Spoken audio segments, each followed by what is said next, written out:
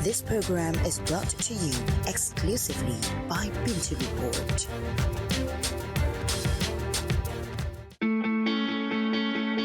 The healthy, hot and wet climate in Malaysia sets an agricultural stage for food supply that can never go dry, which means we'll never go hungry in this land of aplenty. But there seems to be a problem facing the issue of food security.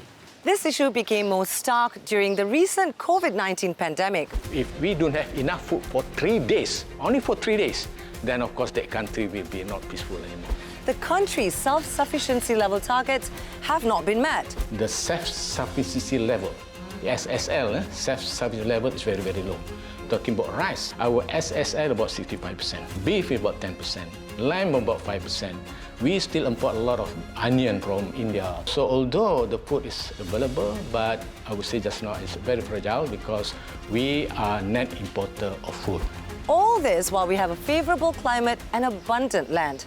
We need strategies and efforts put in place to put Malaysia on a better economical standing as its global counterparts. Stay with us on Decimal Point as we interview experts and inspiring personalities to find answers.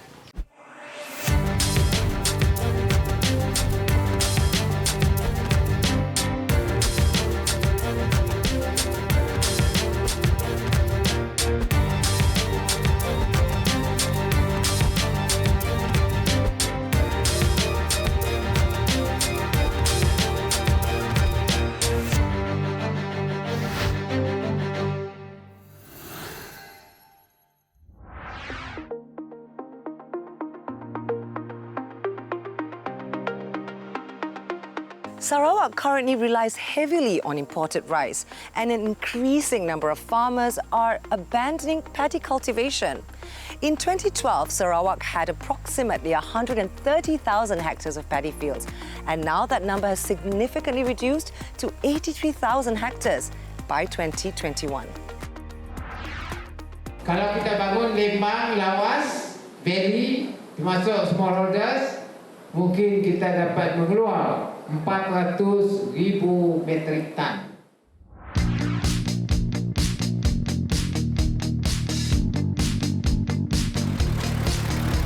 So, Prof, to begin with, what is the general problem that we're currently facing as far as agriculture and the food security issues that the country is facing?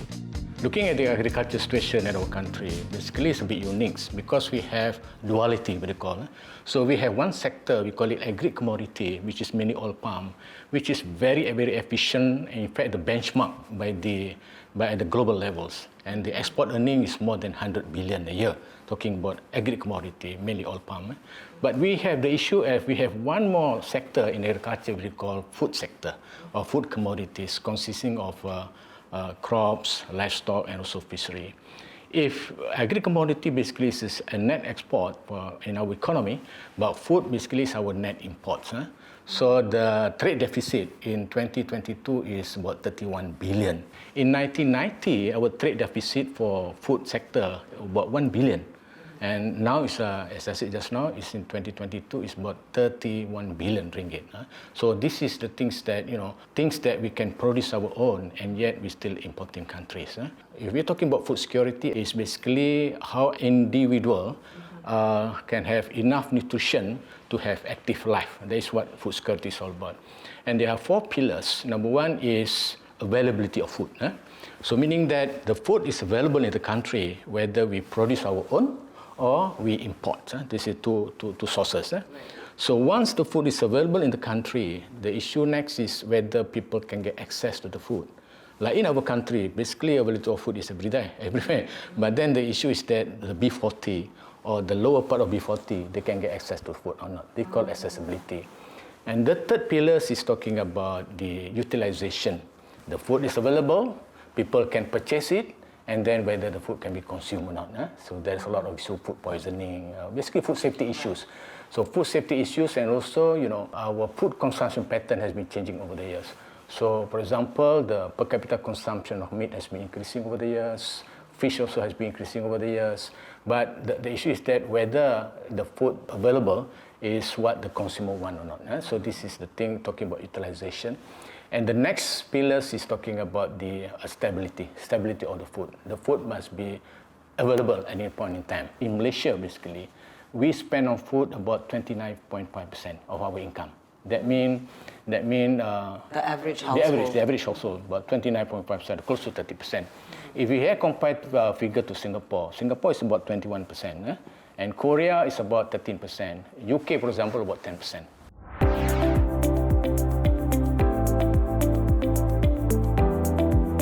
So, Prof, why are we so concerned currently about food security? We have basically, in 1960s, 70s, we are an agricultural country, and now we are moving toward the manufacturing and then service economy. Yeah? But then the issue is that whether food security is inclusive or not in our economic transformation. Looking at the data by SDG is Sustainable Development Goals by United Nations. Of course, they have 17 SDGs.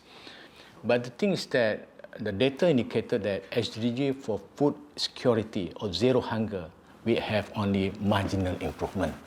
Our population have increased so much. So talking about, because we have to have, the issue of there are more people to be fed. So currently our population is about 34 million, about that figure. And we are talking about by 2050, the population will go up to 42 million people. So this is talking about people that our citizen. We have also people who are from other countries in our country. So this is the issue of, when our economies has improved, the issue of food security has only marginally improved because of our population has increased, not at par with our food availability of our food.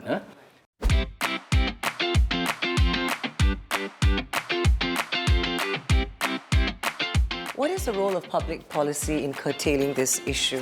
And if Malaysia does or did have a comprehensive plan, then what has happened that we have not increased our self-sufficiency yet? Perhaps there are other strategies that we should have? Yeah. Of course, as the name implies, public policy is for the interest of the public. And of course, the objective depends on the issue of certain sector. But as far as for the food sector, there are 4 objectives actually for the public policy. Number 1 is how to increase the supply of food. So all the policy basically try to intervene in the input and also the output markets of how to increase the supply of food in the country and then can increase our self-sufficiency levels. That's number 1. Number 2 is how to increase the demand for food. Basically is how to increase the income of the peoples and also to give employment of the people so that they have purchase power to purchase the food. That's number 2. Number 3 is that how can we make the food system more efficient? As you know, most of the food producers in our country are smallholders. So how these smallholders can participate in the supply chain of food. And number 4, of course, certainly is that, there are several actors in the food sector, the producers, the marketeers, the consumers. So basically the policy will how to optimize the welfare of all these stakeholders. Currently we have National Agro-Food Policy 2.0 from 2021 until 2030. Before this also we have National Agro-Food Policy. In fact, for that matter, we have the first agriculture policy was formulated in 1984. So very far back actually. So one of the main issues is that what we call structural issues. So we look at the palm oil, for example. Actually, palm oil is the best example. If we can emulate, the food production can emulate palm oil, I think we can improve our productivity and our production. You see, the success of palm oil is basically partly the coexistence between smallholders and also the plantation, which we call estate here. Smallholders, actually, they cannot survive if there is no estate, because where they want to sell the fruits? Because the fruits of the palm oil have to be milled within one day. And basically, this estate or plantation sector, they have excess capacity. So they buy the fruits from the smallholders, and the smallholders can sell the fruits to the estate. Of course, the estate, they have own plantation. So if this coexistence can be emulated by the food production, so we have a big, for example, large plantation of food, and then we have smallholders. So I think one way is how can we implement, because currently the food production was basically produced by, as I said just now, by the smallholders. But for palm oil, 70% is by the plantation and 30% by the smallholders. And this coexistence actually can improve their production. So basically, if we can emulate them, that means we have bigger or large-scale food production, and then we have small-scale smallholders. Basically, they can coexist between the two. Then we can improve our production. That's number one. Currently, in Malaysia, we have 6 million hectares for palm oil, and 70%, I said just now, is operated by the large plantation. But for food production, I would say mostly are operated area less than 1 hectare. So this is the thing. Yeah, so small scale production, then certainly, of course, we cannot improve the productivity. So one way is how can we improve the large scale so that they can improve the productivity.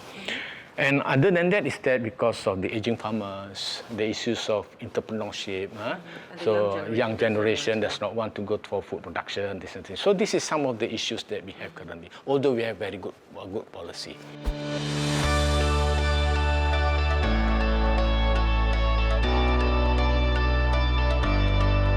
There are 3 pillars actually that we can improve our food production.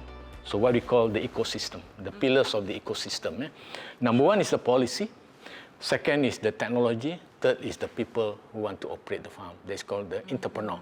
We don't want to call farmers anymore. We want to call agro-food entrepreneur, agro-entrepreneur. Right. In other countries, actually, investment in food production cannot be only measured by what we call return in dollars and cents. So what we call private return. It must be measured in terms of social return, meaning that the return of food production must be evaluated based on national security, actually. The security of a country, partly from food production. Because research indicated that, if we don't have enough food for 3 days, only for 3 days, then of course that country will be not peaceful anymore. So basically the policy must give enough incentive for food production so that the return from food production must be at par with the return from palm oil. Next is technology, other than policy. Basically, one of the issues why food production is not that productive because of the adoption or low adoption of technology in the food production. But now, it's very timely if the food production sector adopt this, what we call agriculture system technology. We're talking about IoT, sensors, automation, robotic, and everything.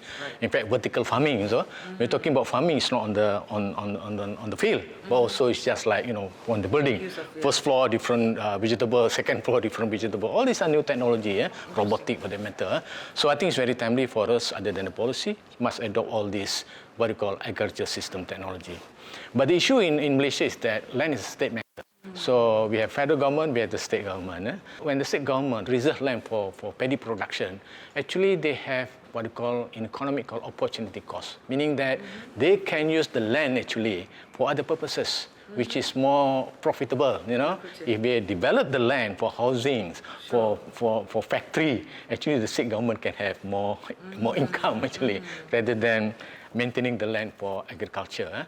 So basically there must enough compensation to the state government. So we developed a strategy, what we call food security transfer payment, meaning that the federal government must pay to the state government that you reserve the land for food production. If not, if they don't have that kind of incentive, then the land for production will be declining over the years. So one way is that, on what basis we want to give the state government, let's say, how much per hectare, for example. So we come out with a formula called ecosystem services of the land. You see? If you see the land, let's say the land for paddy production. So the land is not only for producing paddy, but at the same time, actually, that area or that land actually are taking care of the environment also. Because we have crop or maintaining a temperature, also they taking care of the microbes in the areas, things like that. So we have to value those.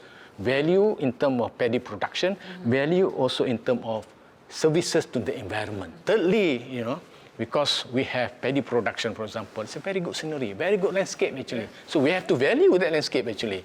So, and also for the education of our children, things like that. The school children can go to the paddy field. And so for tourism as well? For tourism, certainly. For tourism, for agro-tourism, certainly. So we value in terms of all these components, in terms of the production of paddy, in terms of the environmental services, in terms of the landscape services, in terms of educational services, which we call actually the term called cultural services. So we value all those. Then of course the government, the federal government, for example, can give 1% of water value. It will be enough actually to maintain.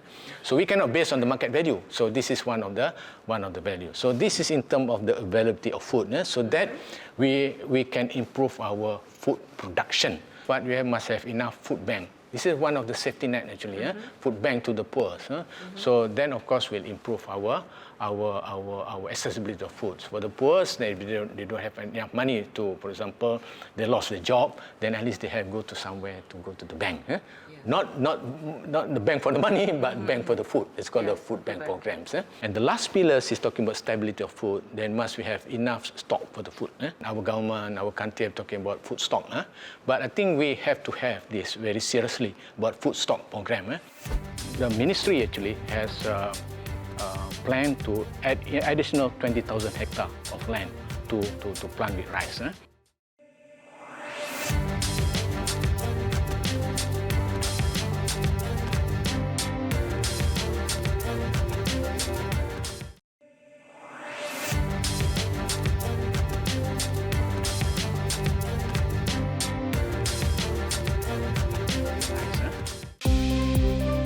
Since gaining independence, Malaysia has elected to be a net importer of rice, aiming for a self-sufficiency level of 60 to 90%. But why has the targeted self-sufficiency levels not been achieved, even though it was set below 100%? We eat rice every day, and yet our self-sufficiency level is not set at 100%.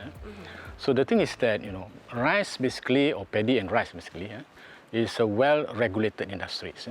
So we have subsidies at the input level, fertilizer, and also we have incentive at the output levels. We have price support, we have guaranteed minimum prices, we have, as I said just now, we have fertilizer subsidies, everything. So that the rice production is lucrative in the country. Because why? Because it is much cheaper to import rice compared to produce our own rice. But then because rice is, I would say, staple, every day we have to eat rice, then we have to maintain that at least we have certain levels of production of rice in the country. That's why it's a well-regulated industry.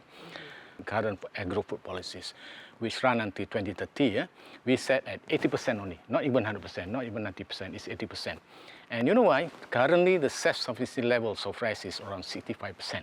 So to go from 65 to 80%, I think is a very big challenge. Actually, the subsidy, the fertilizer subsidy of rice is based on input base, meaning that based on land area. You cultivated certain hectarage, this is your subsidy. Right. But in my opinion, in order to improve the productivity, it should be output based. It doesn't matter how much you cultivated, but more important is how much you produce, right? So the mechanism of the subsidy must be changed from input to output base. So this is basically the government have to look at it. So per ton that you produce, this is your subsidy. Rather than per acre or per hectare that you cultivated, this is your subsidy. That, I think, if we can do that, then of course, will improve the productivity. Everybody will want to produce more, right? Because they can get more subsidy. That's number one. The second mechanism in order to improve the rice production is basically in terms of the pricing of the rice. Currently, the local rice is controlled by the government. The price is RM2.60 per kg. And imported rice basically is floated based on the global price. So this is why sometimes in the market there is no local rice actually. In the media, why local price not there? So theoretically, because we produce 65% of our own rice, that means at least 65% of rice in the market. But the issue is that there is no local price. So I think in my opinion, it will be better for us to float the price. The local price also has to float based on world fundamental, world supply demand, global price. Then of course the price will increase. By 260, of course the price quite low. If we float, then the price increase based on the world price. Then of course the next question is that then what happened to the poor? They have to purchase rice. Rice is our staple, and if we float the rice, the price of rice, then of course the price will increase so much. So this is where the targeted subsidy come in. So for the poor, we give the subsidy. For the rich, of course, they have to base on local price. But then, to make it efficient in terms of the targeted subsidy, there must be some kind of threshold price, or we say trigger price. You see, because the price is changing, based on world price. If the price increase certain levels, then we can activate the targeted subsidy. Yeah? Okay. Then of course, if the price decline, then the target subsidy will not be effective anymore. Rather than blanket subsidy, which is timely for us to have large-scale production of rice. It's already there. They call the term called smart SBB, smart sawah berskala besar in bahasa. Okay. So I think this one we have to more and more. We need to this, because unless we have large-scale production, then of course it will be more efficient. Kalau kita mau untuk menambah volume pengeluaran padi kita perlu satu tempat yang baru, kawasan yang lebih luas. Yang kedua, pada takat ini yang paling dekat untuk kita lakukan adalah untuk kita to improve the current existing DID scheme. Yang saya dapati bahawa DID scheme ini belum memenuhi kehendak infrastruktur yang diperlukan untuk mengeluarkan beras atau padi untuk 2 musim. Dan juga belum dapat kita gunakan variety yang kita harap, MR 297 dan sebagainya. From your perspective, Prof, does Sarawak possess the capacity for expanded paddy production, and could this possibly bolster Malaysia's rice SSL? I will respond to that based on 2 angles. One is in terms of the capability, second in terms of the capacity. Yeah? In terms of capability of Sarawak, actually Sarawak is the 4th rank in the country that contribute to our GDP. Yeah? So basically, then of course, Sarawak has the capability in terms of their technology, in terms of their human resource, in terms of their structure of the industry. So much so that the Sarawak contribute the 4th in terms of the value of GDP. Actually, their contribution is around 11%. 11% of the country's GDP contributed by Sarawak. That one is in terms of the capability. In terms of capacity, I mean, we know that Sarawak is a very large area. The resources is so big, large amount of land, everything. That means Sarawak have the resources, have the capacity to produce more rice. But then it's of currently, Sarawak is about 83,000 hectare for land, for paddy fields. The ministry actually has plan to add additional 20,000 hectare of land to plant with rice. So I think the 10,000 in the southern part of Sarawak and the 10,000 in northern part of Sarawak. So with this additional 10,000 hectares of land, so I think the Sarawak can contribute more to the production, to the productivity, to the self-sufficient levels of rice in our country. But then, with all this initiative by the government to have 10,000 hectares of land, then of course, I would say that they will boost the production. And then of that also the Ministry of Sarawak, they have with all these new areas, they put it new drainage system. Because paddy basically is very sensitive to the what we call to water. It needs proper irrigation. Proper irrigation, because it is like precision crop. The water must be there at certain age of the plant. So if not, then of course the productivity. The productivity will decline. So this is basically with all the new system, new drainage, everything. Then I would say the productivity will increase. Currently in our country is about 4 tons per hectare. Small-scale farmers from Sarawak, Kelantan and Pahang face elevated risks from extreme weather events that could jeopardize the country's food security. According to data collected from 3,300 agri-food smallholders from across the country, 75.6% reported a decline in farm production due to shifts in rainfall patterns.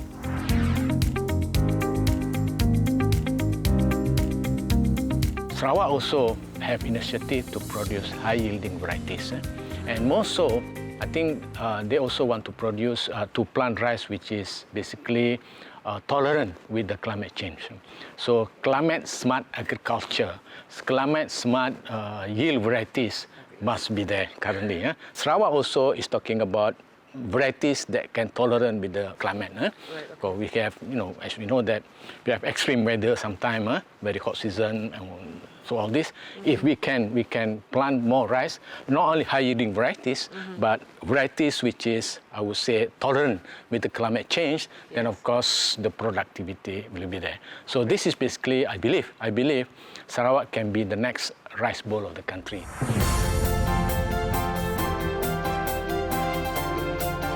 Premier Abang Johari Oping unveiled plans of a 1 billion ringgit initiative to support extensive rice cultivation, and Sarawak's agricultural sector is the second largest contributor to Malaysia's GDP.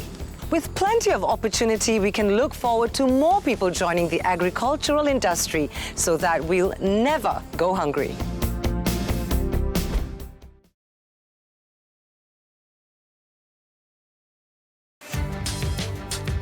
This program is brought to you exclusively by Pintu Report.